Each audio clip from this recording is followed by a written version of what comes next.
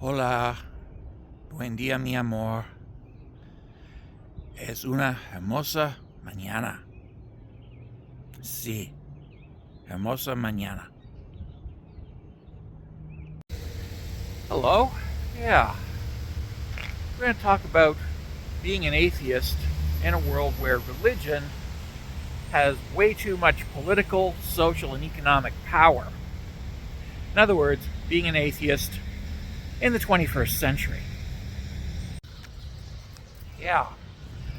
I live in a world where I'm allowed to be an atheist. I mean, even when I was a kid, being an atheist meant that you were making yourself a target. One of the accusations made in courtrooms was that a person was an atheist and therefore must be guilty of whatever crime they were being accused of. Politicians would accuse each other of atheism in Parliament. And of course, it was popular to disparage atheists as immoral, evil, and depraved. And this is when I was a kid in the 1970s. Atheism was considered the boogeyman, the devil. And people who were atheists were deemed to be demonically possessed, raving maniacs, or at the very least, treacherous communists. And this is how atheism was treated when I was a kid growing up. Of course, we have moved forward since then, and throughout the 1980s and 90s, being an atheist became increasingly accepted in society. Which is good, because that's when I left Christianity. And by the time that I arrived at atheism was considered to be just a different approach to the question whether or not there is a God. And my approach as an atheist was, the evidence suggests not. Yeah. But of course, this doesn't mean that all religious people are delusional. Far from it. Many of them are perfectly reasonable individuals, in fact, most of them. But there is that tiny minority, that unreasoning and irrational minority, the hardline religious fundamentalists who are indeed, dare I say it, batshit fucking crazy. And it's those extremists that I'm here to talk about today. The extremist religious fundamentalists and the danger that they pose, not only to me as an atheist, but also to religious believers who are good and decent people who have no desire whatsoever to violently impose their religion upon the rest of us. Because it's the extremists who are the problem, the fanatics who are the issue. And that is something that needs to be addressed. Now, before I go on, I want to point out that this doesn't mean that there are no bad atheists. I can name two very, very bad atheists: Donald Trump and Ayn Rand. Both atheists, both absolutely horrible people, and yes, both, unfortunately, revered by the very religious fundamentalist fanatics that I am most concerned about. Yeah.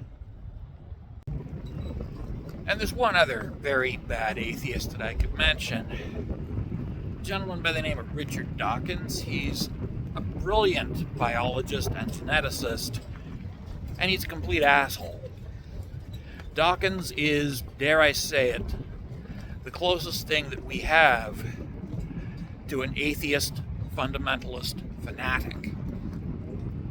Because, yeah, this is a man who, as far as I can tell, wants to ban and criminalize religion. Yeah. Not good. So having established that we, as atheists, are imperfect and flawed human beings just like everybody else, I want to also establish what I'm talking about when I say bad religious people. I'm not talking about the average Christian, Jew, Muslim, Hindu, Buddhist, or Zoroastrian. You people are fine. You're good people. You're living your own lives, minding your own business just like me. I'm talking about the fanatics, the extremists. I'm talking about the new independent fundamentalist Baptists who have traded in Jesus for a shiny new orange Messiah who may or may not be facing serious jail time right now. Yeah. Yeah, those guys. I'm talking about the Wahhabi fanatics who like to cut the clitties off of young women so that they cannot enjoy sex. And I'm talking about the Kahain Kahach, or however the fuck you pronounce it. Yeah, those people. The raving, barking, violent lunatics who want to violently impose their religion, their ideology upon the rest of us. I'm talking about those nasty bastards. Yeah.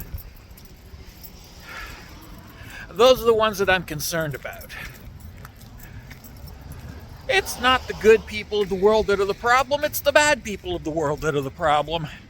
And the bad people of the world, yes, all too often also adhere to religious beliefs.